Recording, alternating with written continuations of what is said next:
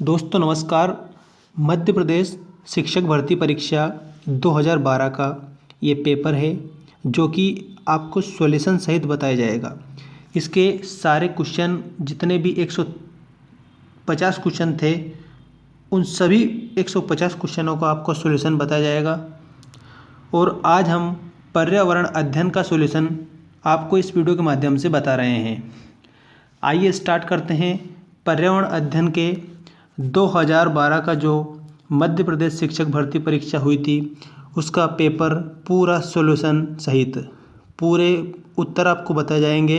और जितने भी प्रश्न पर्यावरण अध्ययन में शामिल किए गए थे 30 के 30 ही प्रश्न इस वीडियो में हमने आपको बताने का पूरा प्रयास किया है। पहला क्वेश्चन आपका इस प्रकार है, भारत में बाढ़ की चेतावनी कौन देता है? प्रश्न आपका है, भारत में बाढ़ की चेतावनी कौन देता है?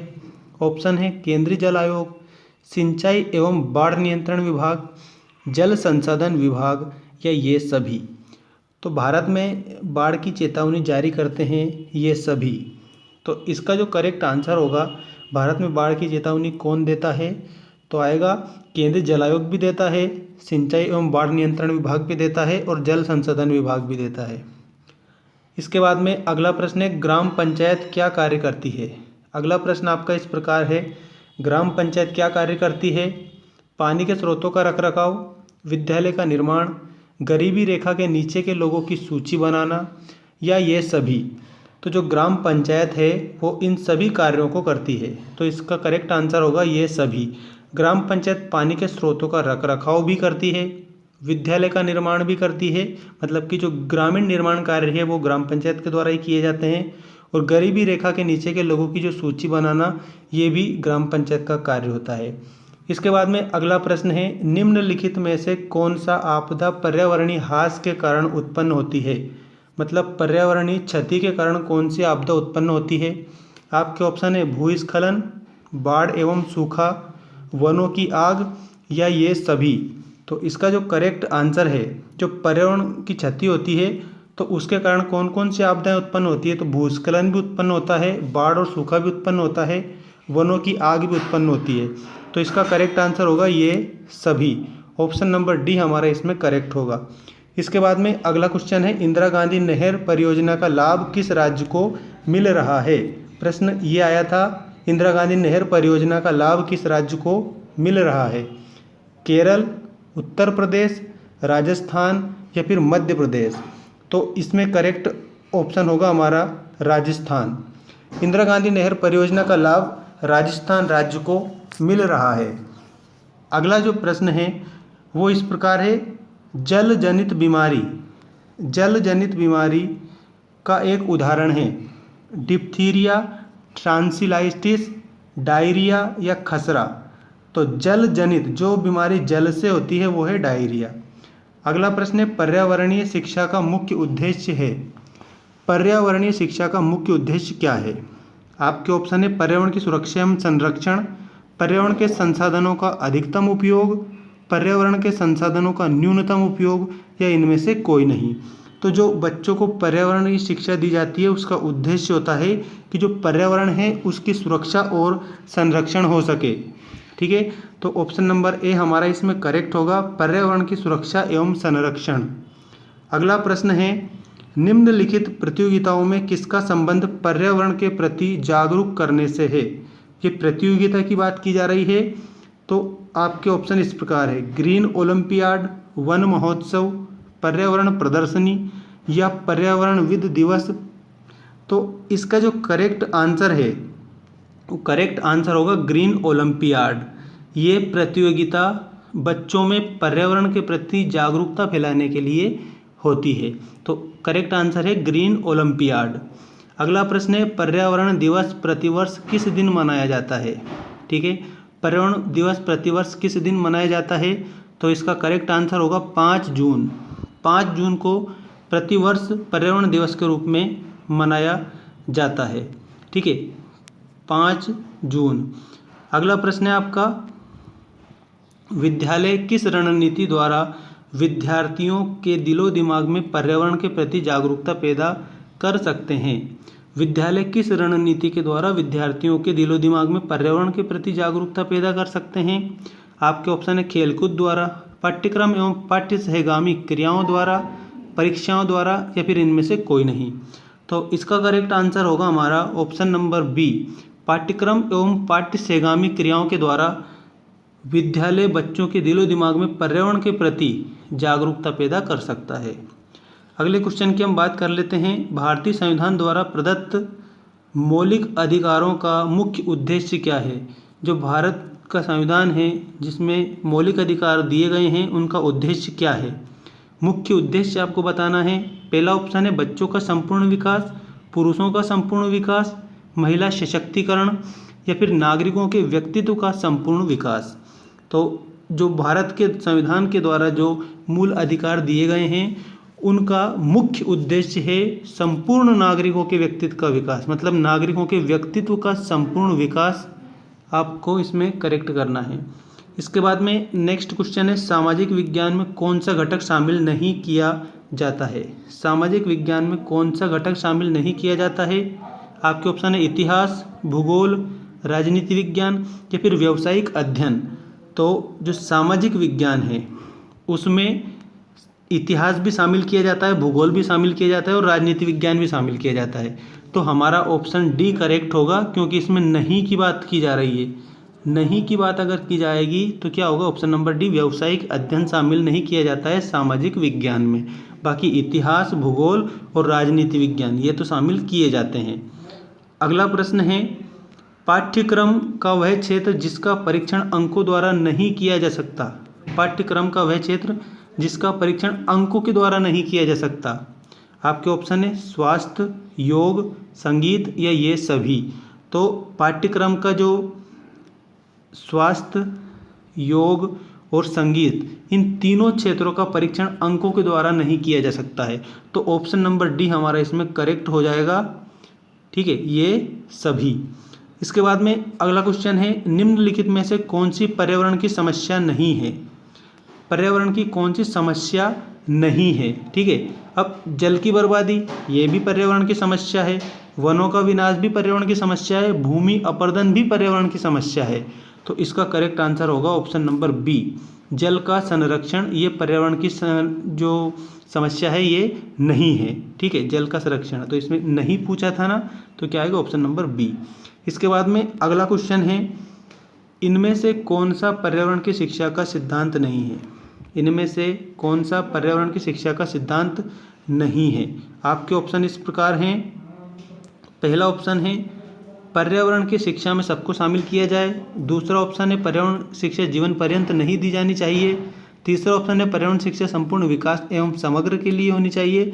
और जो चौथा ऑप्शन है पर्यावरण शिक्षा सामाजिक एवं आर्थिक उद्देश्य तथा सभी को प्राथमिकता देने के साथ सद्भावपूर्ण होनी चाहिए। तो इसका करेक्ट आंसर होगा, इसमें सिद्धांत नहीं पूछा है। ठीक है, क्या पूछा है? पर्यावरण शिक्षा का सिद्धांत कौन सा नहीं है? तो इसका करेक्ट आंसर होगा पर्यावरण शिक्षा जीवन पर्यंत नहीं दी जानी चाहिए। नहीं पूछा था, बल्कि पर्यावरण शिक्षा जीवन पर्यंत दी जानी चाहिए। ऐसा अगर होता तो हमारा यहाँ पर क्या आता? ये नहीं है, ये हट जाता। फिर इनमें से कौन सा पर्यावरण शिक्षा का सिद्धांत है? तो पर्यावरण शिक्षा जीवन पर्यंत दी जानी चाहिए, ये सिद्धांत होता। लेकिन इसमें नहीं की बात की जा रही है, तो इसका करेक्ट आंसर हमारा ऑप्शन नंबर बी होगा। ठीक है, अब हम बात करते हैं अगले क्वेश्चन की। नीली क्रांति, नीली क्रांति का संबंध किससे है? आपके ऑप्शन है दूध उत्पादन से, फूल उत्पादन से, मत्स्य उत्पादन से, फल उत्पादन से। तो जो नीली क्रांति है उसका जो संबंध है वो किससे होता है? मत्स्य उत्पादन से होता है। ठीक है, ऑप्शन नंबर सी इसमें हमारा करेक्ट होगा। नीली क्रांति का संबंध मत्स्य उत्पादन से है। इसके बाद में अगला क्वेश्चन है इनमें से कौन सा मानवीय पर्यावरण का घटक नहीं है? अब आपको उस घटक का नाम बताना है जो कि मानवीय पर्यावरण में शामिल नहीं है, मानव के पर्यावरण में शामिल नहीं है। तो आपके ऑप्शन है भूमि, धर्म, समुदाय या फिर परिवार। अच्छा, जो मानवीय पर्यावरण है उसमें आ जाएगा, समुदाय भी आ जाता है मानवीय पर्यावरण में, धर्म भी आ जाता है मानवीय पर्यावरण में, और परिवार भी मानवीय पर्यावरण में आ जाता है। लेकिन इसमें घटक नहीं है, ये नहीं वाला पूछा है। तो इसका करेक्ट आंसर होगा भूमि, क्योंकि जो भूमि है ये प्राकृतिक पर्यावरण है। भूमि क्या है? प्राकृतिक पर्यावरण है। धर्म, परिवार और समुदाय ये मानवीय पर्यावरण है।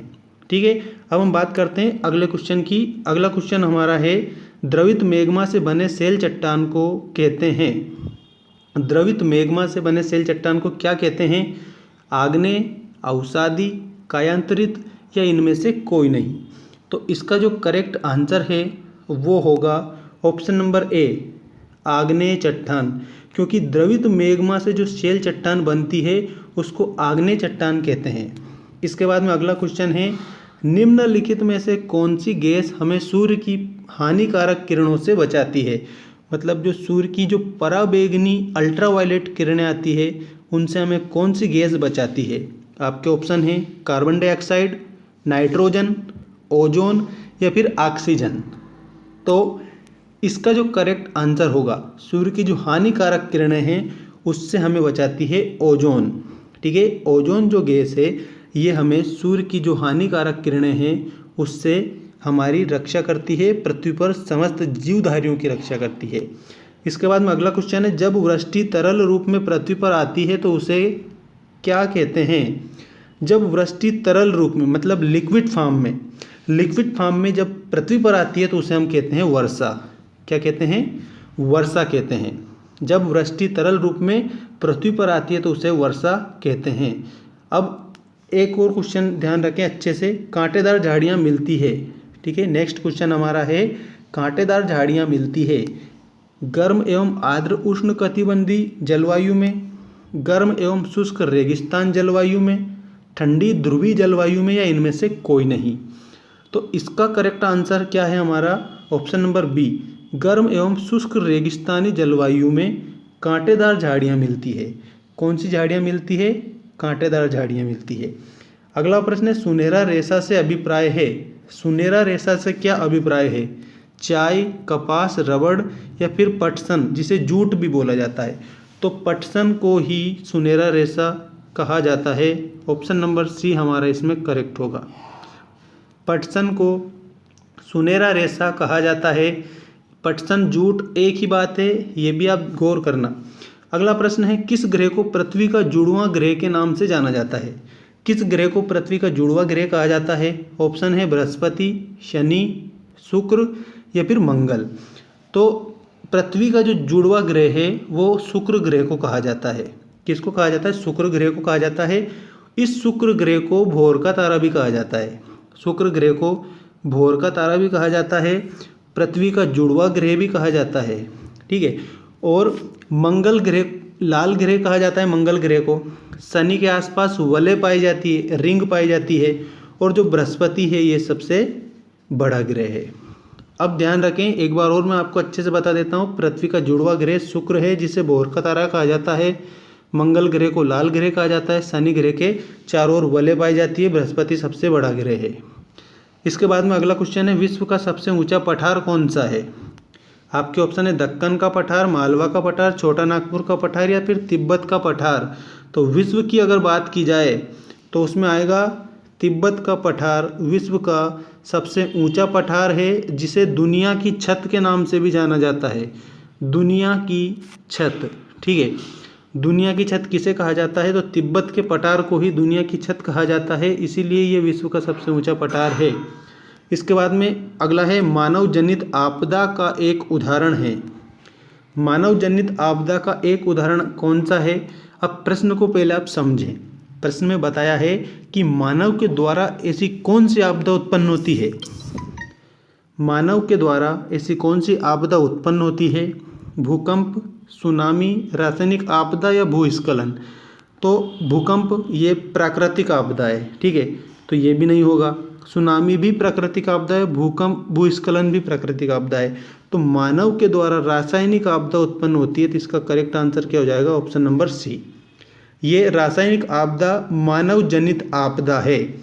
अगला प्रश्न है, सौर ऊर्जा है क्या है? नवीकरणीय संसाधन है, अनवीकरणीय संसाधन है, परमाणु ऊर्जा का स्रोत है या फिर ज्वारीय ऊर्जा का स्रोत है।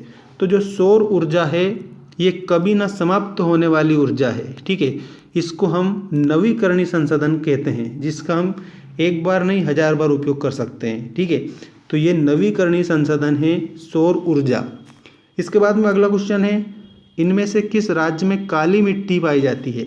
काली मिट्टी किस राज्य में पाई जाती है? तो इसका करेक्ट आंसर होगा गुजरात। गुजरात में काली मिट्टी पाई जाती है। ठीक है, तो ऑप्शन नंबर बी हमारा इसमें करेक्ट होगा, गुजरात।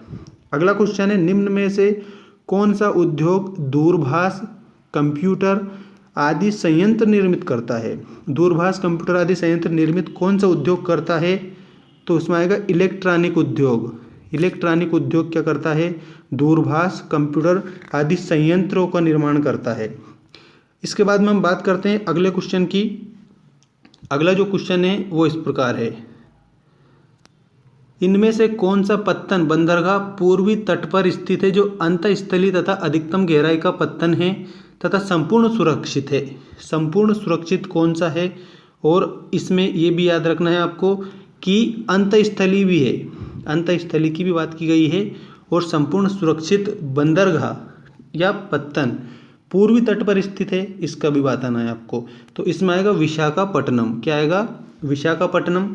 तो इसका करेक्ट आंसर है हमारा ऑप्शन नंबर डी। अगला प्रश्न इस प्रकार है, ग्रीन हाउस प्रभाव के मुख्य कारण में कौन सी गैस है? ग्रीन हाउस प्रभाव के मुख्य कारण में कौन सी गैस है?